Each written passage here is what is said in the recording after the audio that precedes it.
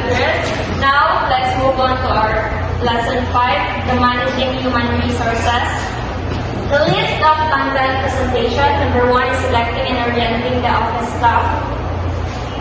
Supervising office employees, training, appraising, and promoting office personnel. Presentation are communication tools that can be used as demonstration. Job analysis, compensation, salary administration, labor management relations in the office, office personnel problems. Managing human resources. Under managing human resources, there's what we call job analysis. Job analysis means a detailed study of something in order to understand more about it.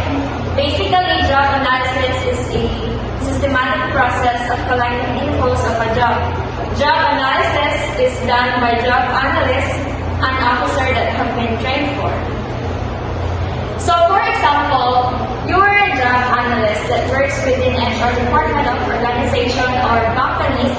Then your job is to focus on worker classification system, the nature of the job, and also decision-making pertaining to maintaining the classification or description of what each employee in company does, so that HR recruiters will know what to look for when hiring employees. Example, she is a job analyst. Then her job is to gather infos about jobs through interviewing employees, observing performance in certain tasks, collecting further information from other sources. She'll also write her findings from such analysis and review. Then she'll go to his or her supervisor to present the documentation for review. Job analyst role is vital as many companies realize the importance of hiring the most qualified employees in accordance to particular job description and requirements. Job analysts employed by or hired by larger companies and organizations as their skills are very qualified in HR department.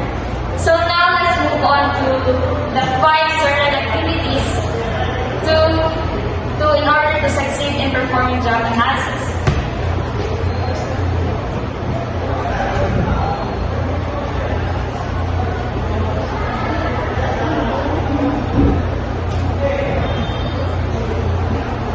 How to perform a job analysis. The first one is, it's important to ask employees what they do on every day in the job, because HR or supervisor have no idea what work actions and behaviors goes to the employee. So you are to ask what encompasses the day-to-day function in any particular job. On the other hand, if you are the employee, then you were asked to list the responsibilities, then describe your daily duties in a sufficient detail or be thorough on the infos to provide them, like in a very detailed manner. So number 2, do research as you never want to copy another company's job description. Looking several may help you write your own job description and help you reminded by the tasks that you may forgot. The third one is, as you perform job analysis, it's important to analyze the duties as you may find other duties that is undone or is not needed and other important projects that needed to move from other departments. So make sure you look for the needs of the company, then work with the management to add the proper task to a proper job analysis. Number 4, sometimes companies, particularly in online or in internet, you seek infos to add in your job description. Other would happily share information, also salary survey companies that can help you match up your jobs to their descriptions and other salary info. So overall, it would help you write your own job description. So for the last one, for the lesson, articulate the most important outcomes or contribution needed from the position. For instance, you get caught up in a task that you forgot to look at the needed outcomes, then it's the report that's needed. All the gathering data is gonna be worthless without the lab is final analysis. So it's important to consider the more info you gather, the easier for you to gather writing up the job description. In writing your own job description, you don't need to unify or flowery words as you needed to make sure that it's clear and concise. So that's all. So good morning everyone, my name is Benjamin William Bogan and I am here to discuss about the importance of job analysis. So what is job analysis? Job analysis helps in analyzing the resources and establishing the strategies to accomplish the business goals and strategic objectives. Effectively developed, employee job descriptions are communication tools that are significant in an organization's success. So, the main purpose of conducting job analysis is to prepare job description and job specification, which would help to hire skilled workers. A job description, it is a statement of information about your duties, responsibilities sa isa ka trabaho. While ang job specification, it is your qualification, special skill, qualities, and knowledge in an employee to bid for a job. So therefore, job analysis enables the recruiter or employer na to have a deep insight sa trabaho. Tapos, para po sa recruiter or sa employer, dahil na nila matrap ang isa ka employee or applicant is pasado ba sa ilang required qualification and qualities to perform a job.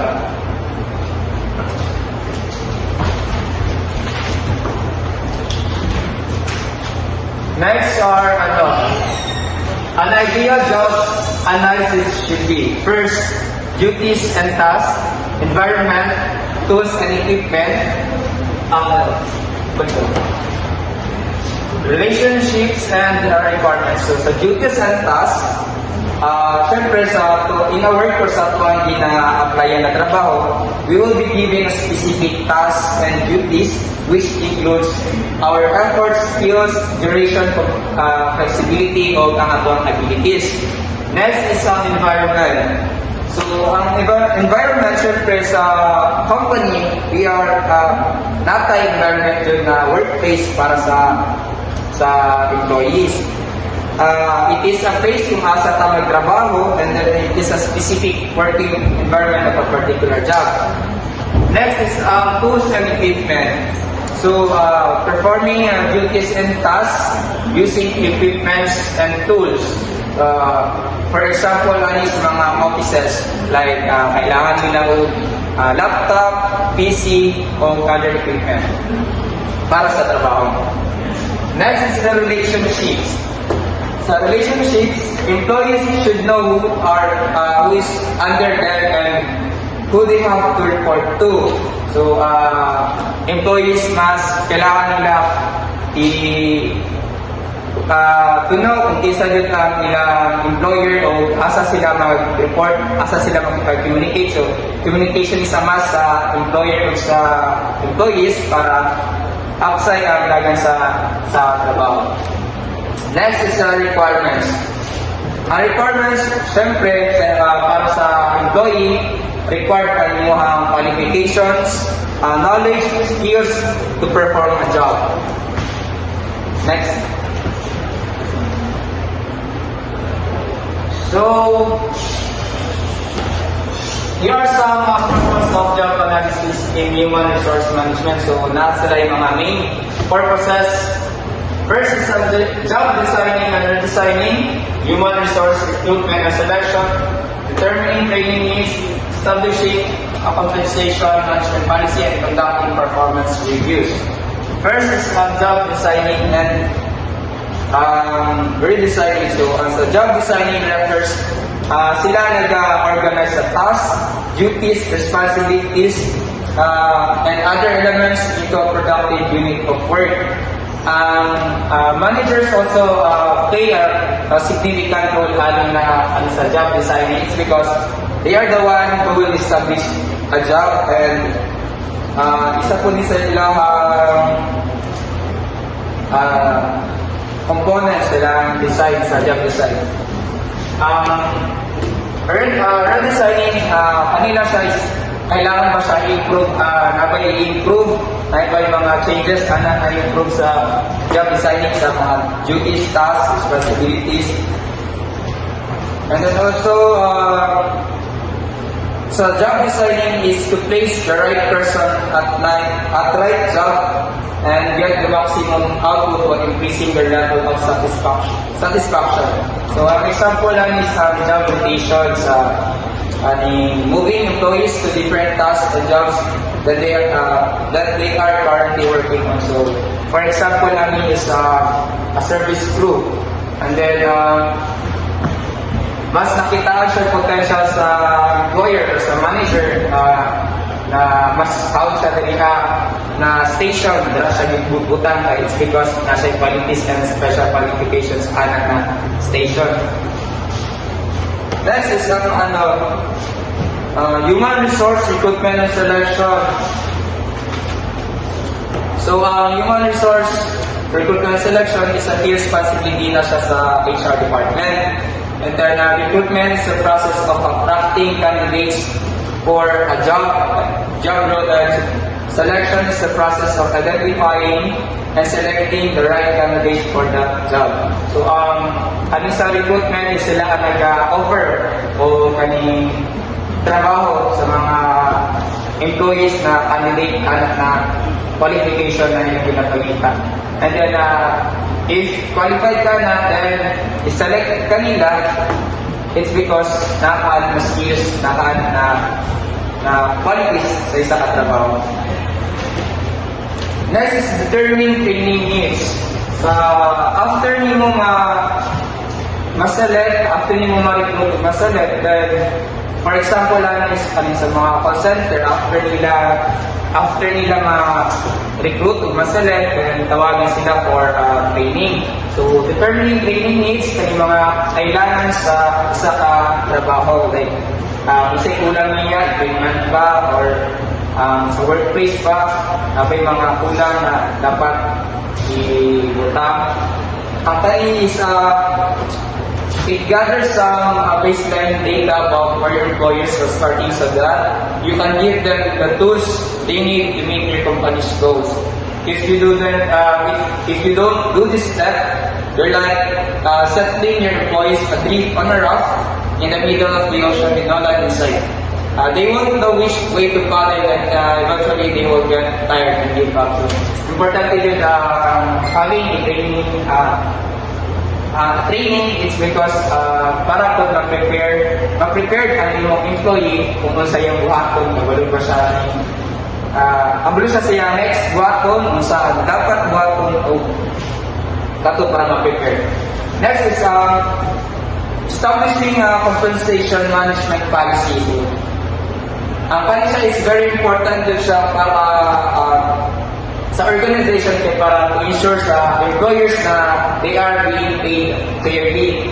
Isa po dani kay Adriana, compensation policy is a principle of action proposed by an organization regarding sa employee salary, bonuses, mga rewards, rules and regulation of insurance policies. Isa po daning compensation policies importante po. Hindi lang po tayo para sa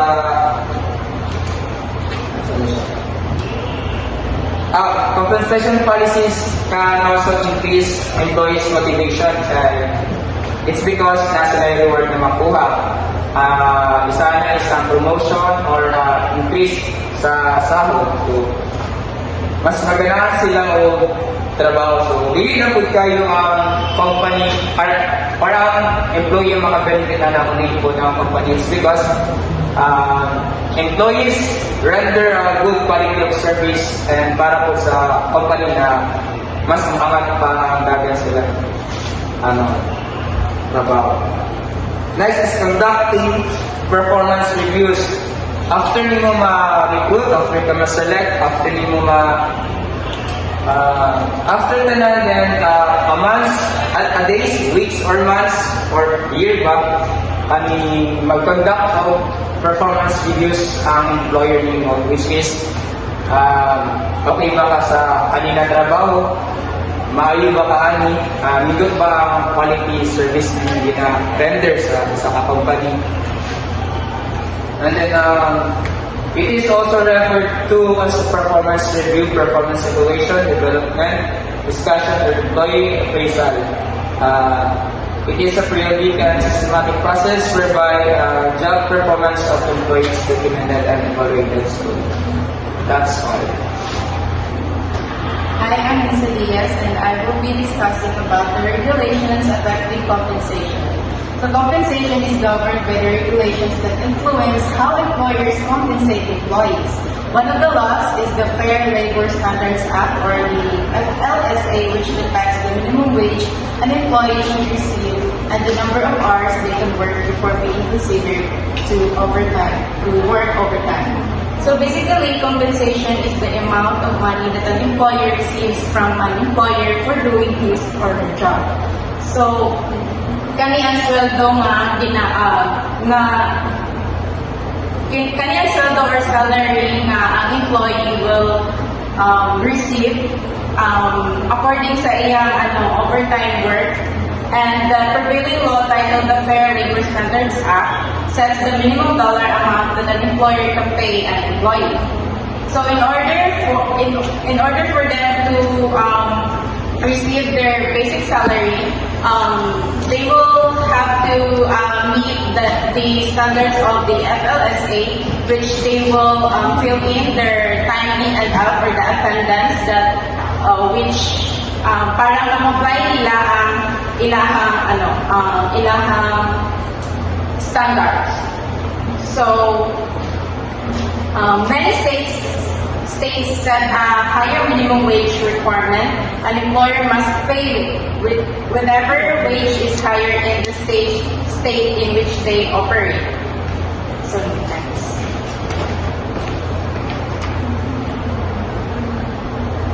Okay, moving on, the salary administration. Salary administration is a collection of practices and procedures used for planning and distributing company-wide compensation programs for employees. It involves also in activities such as calculating number of hours worked in order to determine compensation, administering employment benefits, and answering payroll questions from an employee.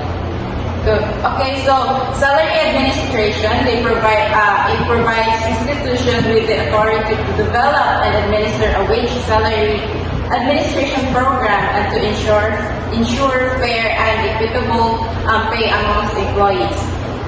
Okay, so in other words, salary administration, they provide or they give guidance to the salary of the employees that have a fair overtime adjustments with their salary.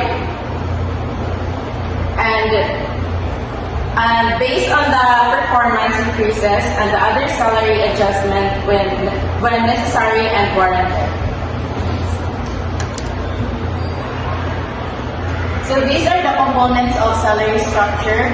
First is we have the basic salary, of course, the allowance, the dearness allowance, which means an amount of money that is added to a person's basic pay or pension because of rising prices and other costs, giving relief to its employees and pensioners from inflation. The central government announced a 7 percentage point increases in dearness. So next is the house rent, of course, the conveyance allowance, leave travel allowance, our medical allowance, books and periodical allowance, gratuity, meaning an amount paid by an employer to its employees for rendering their services for equal to or more 5 years. It is paid to an employee as part of his or her salary and is considered to be a benefit plan which is designed to help the employment with his or her retirement. The employee provident fund, professional tax, prerequisites, and estate. So good day everyone, my name is Freda Jason and for today we are going to discuss about the employee and labor relations. So labor relations is commonly associated with matters such as investigation, counseling, and disciplinary actions. However, that certainly is not the primary action of the human resource department. The critical HR components are operate that and they connect the staff and management and bridging the gaps of issues and hard to solve major partners. Labor relations offers a balance and advocacy to management and employees, and to protect their respective rights, and they facilitate a harmonious work environment. The next, seven benefits. So, these are the top 7 benefits of great labor relations. When a company have a great labor relations, the company will have a good work environment and they have a productive and motivated employees. So first is growth and development. So in growth and development, it creates a good relationship between the employees and the employer, which contributes to the economic growth and development of a company. So next is the reduction in turnover. So when the labor relations is the backbone of the business. So when there is a poor labor relations, it has a higher possibility or higher chances that there will be a employee turnover, and when a company have good labor relations, that will lessen the possibility and the employees will stay longer. And the third is employees have excessive knowledge of the company's practices. So with great labor relations, the employees will stay longer. Therefore, employees gain more knowledge and they will know more about the practices and policies and processes that are being practiced in the company, and that will make them more skilled and experienced. The fourth is enhanced motivation.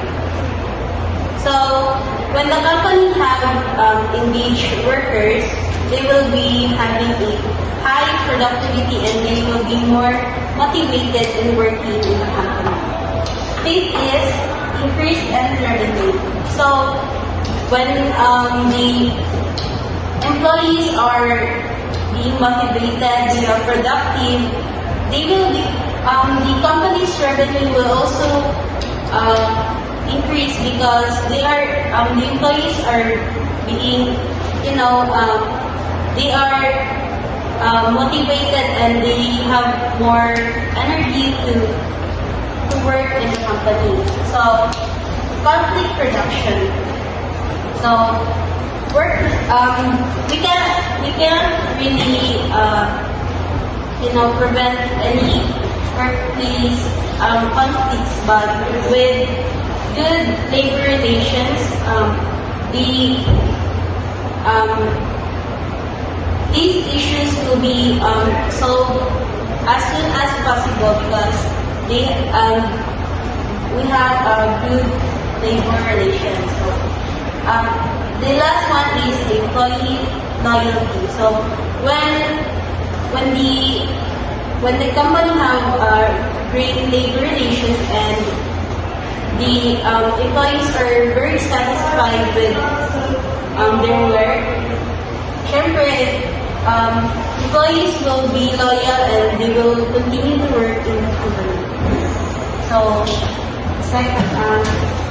next.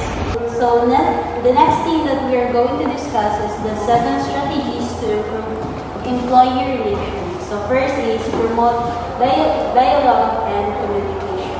So, with open and clear communication, it will prevent miscommunication and it will also improve the employee relations.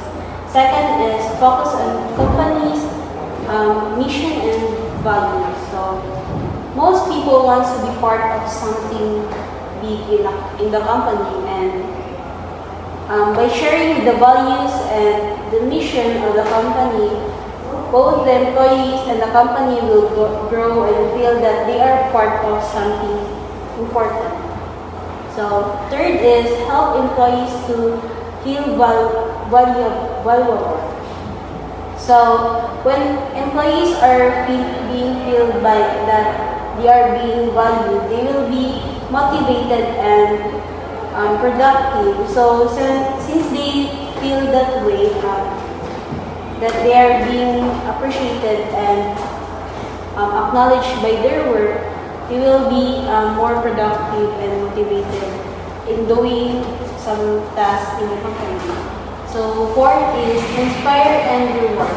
So encouraging employees to have goals is difficult. That is difficult but achievable will enable them to be creative and to motivate them.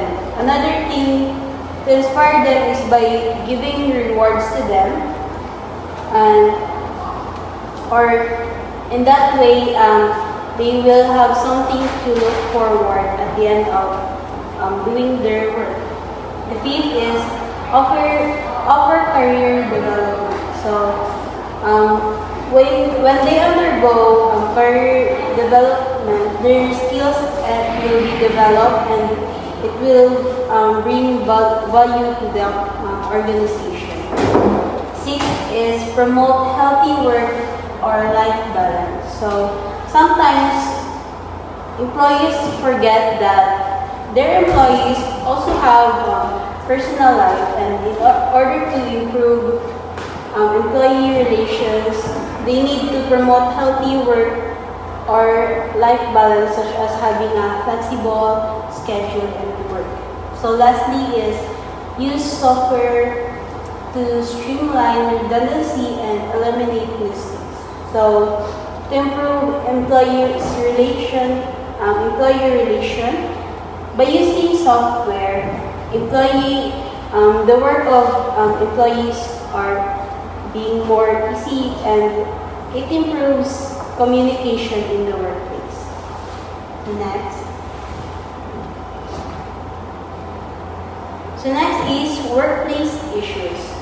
So people most likely spend 1/3 of their lives working, and workplace issues are really common source of stress in the workplace.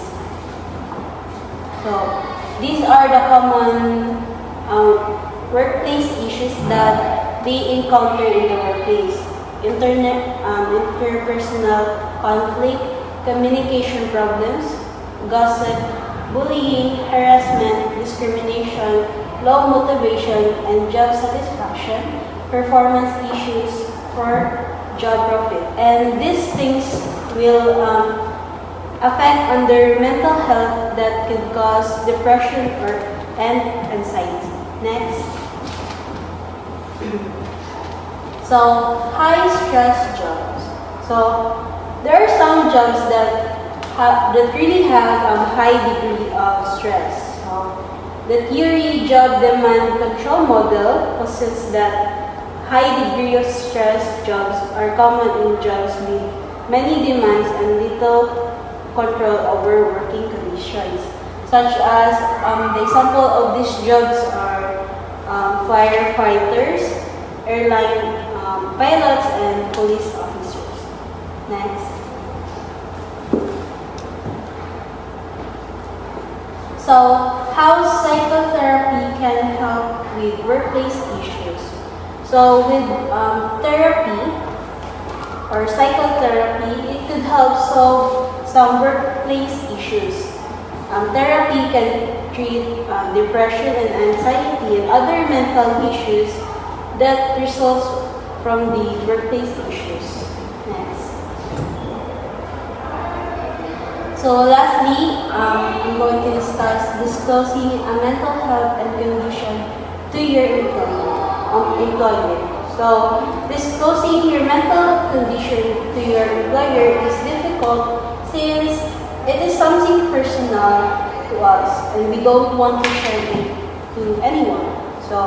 But American with Disability Act prohibits employers to fire someone with mental conditions as long as they can still function or perform their job very well. And however, employees who disclose their mental health condition can still face negative consequences, such as not being promoted because of those mental conditions, or being treated differently, or worse, still getting fired because of those mental conditions. And that is why many of the employees feel not safe about disclosing their health conditions. Hello, good morning everyone. I am Shelby Dalaglog and I will be reporting training, appraising, and promoting office personnel. So I will explain to you what is appraisal or appraising. So according to the Merriam-Webster, it is the act of assessing something or someone. So performance appraisal is the process of combining both written and oral elements. Management evaluate and provide feedback on employee job performance, including steps to improve or redirect activity as needed. So, it is the evaluating of documenting the performance of employee in the organization.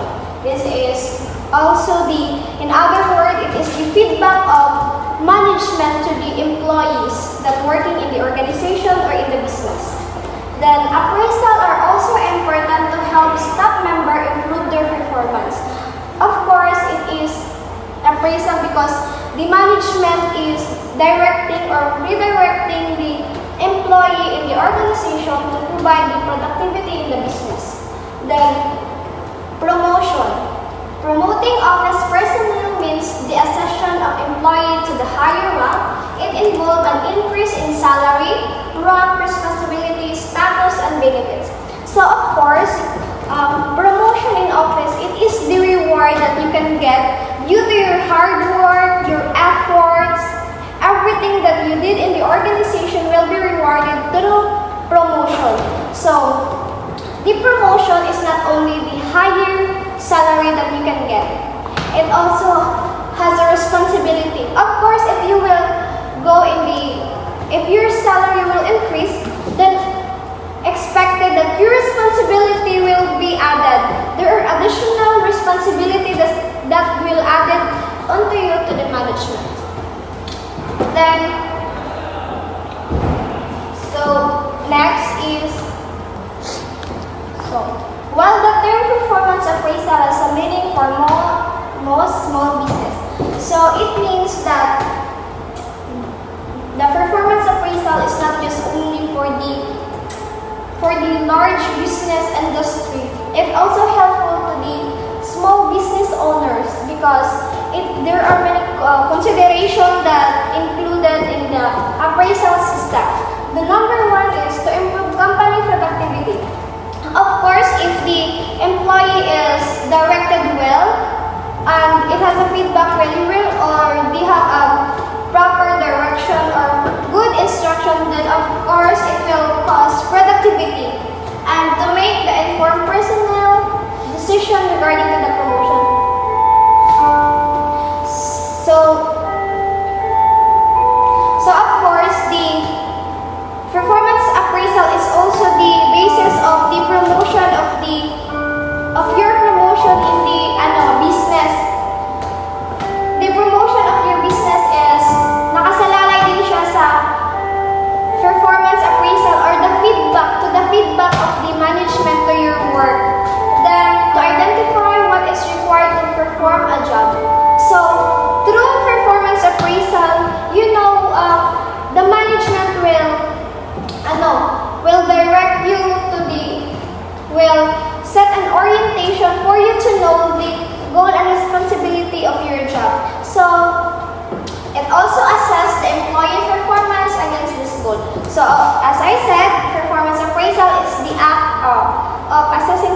job. So through performance appraisal, you will be assessed according to your action in the organization.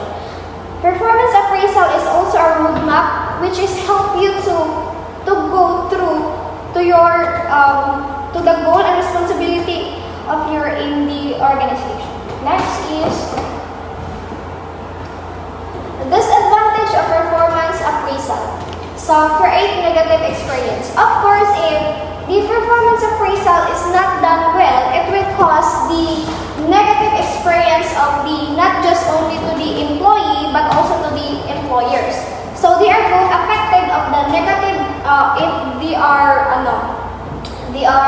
if the work is not done well, it will cause a negative experience. So time consuming. Of course, so there are many. So in the discussion before, that manager has a broad wide of nasasakupan. So it means that there are many daghang kayo siyang i-handle. So it's really frustrating to the manager to have a performance appraisal to the mga administrator, because as discussed, as Ma'am Noreen discussed before, it is the responsibility of the manager is really broad. So it is really time consuming. The next is natural biases. So according to the Collins 2019, humans are subject to have natural biases, of course. So we are not perfect at all. So we are addressed to have a natural biases, but it's not encouraged to do the natural biases since it's affect the organization also. So natural biases not just happen in the organization or in the business, but also it happen in the political, government, or in other aspect. And also the natural biases happen also in our school or in the school, not just in our school, but as also happen in school. The next is waste of time. Of course, waste of time is connected to the create negative experience. Since waste of time, if not do it properly, the performance appraisal will not do it properly, or the employee will not do their job well, then it will cause waste of time and create negative experience not just to the employee but also to the employers. So, stressful workplace environment. As discussed to the previous group, workplace is really important in the business or in the organization, since it has a great vital role in the success of the business. So, one stressful workplace is also the disadvantage of the performance appraisal, since it will cause stress not just only to the employers but also to the employee. Next is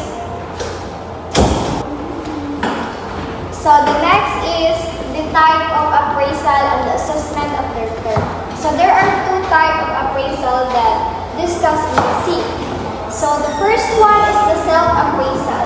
So self-appraisal is used in the performance appraisal process to encourage staff members to take responsibility for their own performance by assessing their own achievement or failure and promoting self-management of development goal. So in this time, the employee has an opportunity to discuss their achievement in the business, of course their success in the business that they've done in the business. So this is the opportunity of the employees. So this time they are given an opportunity. So there will be the showcase of their talent, of their ability in the organization or in the business.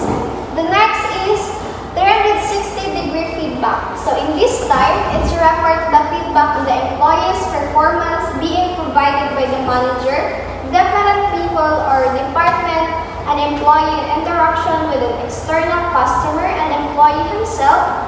This type of feedback include employee-generated feedback on the management performance. So this 360 degrees is done in the, there are many factors that affect or will be, you will be appraised or you will be assessed in different factors. For example, the manager, the customer.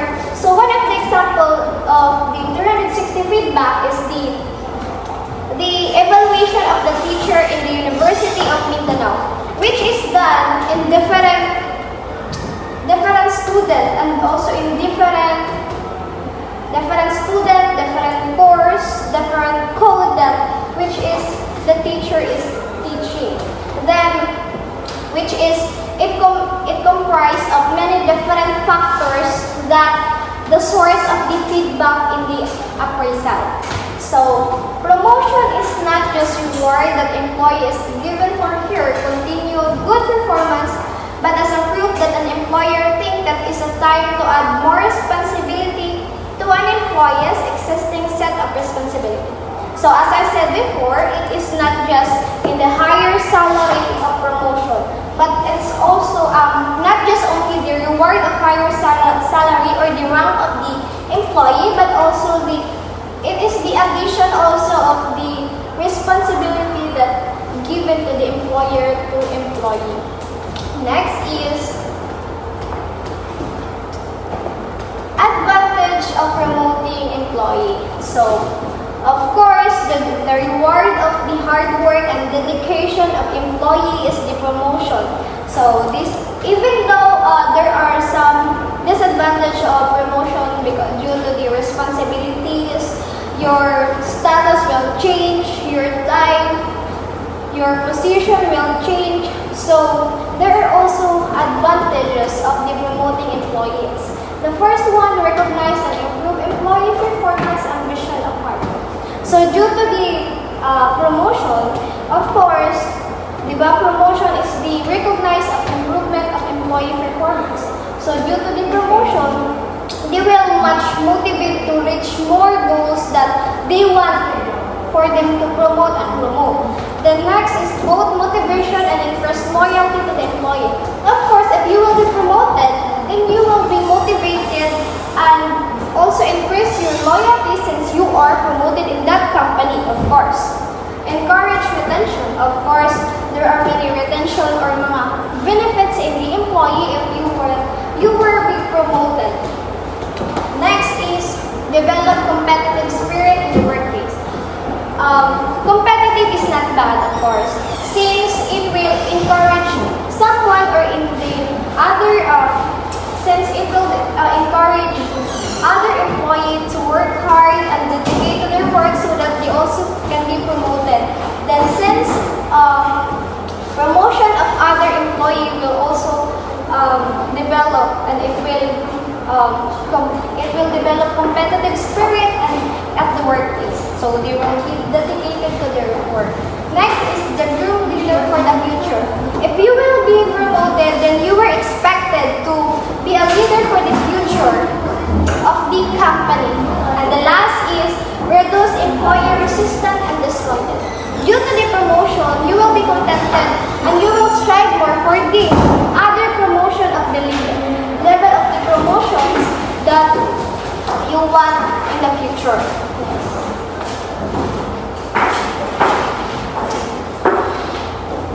So there are three major categories of promotion.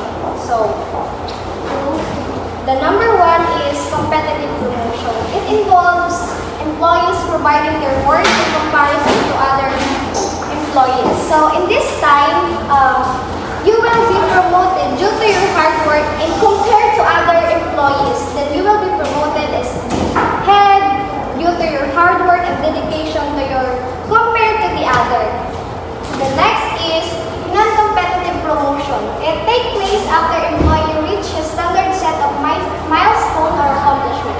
So in this promotion is you will just reach this by your goal. For example, if you are a teacher that taking a master degree, then if you were graduate in master degree, then you will be promoted to the master degree. If you are master degree 1, then you will be promoted to the master degree 2, which is non-competitive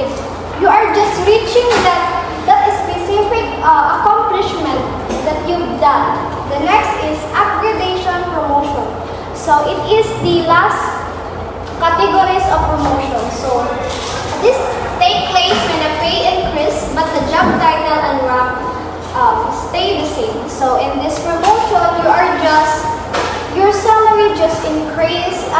For example, if kung magdugay na ka sa imong trabaho, di ba, if you were first timer, then you have the first pay, which is na limit nila for that if you are freshman. Then after magkadugay, then your salary will be increased. So that is the accreditation of promotion. And that's the end of our discussion. I hope you learned something in our report, and later on we will be sent the quiz or the activities. Thank you.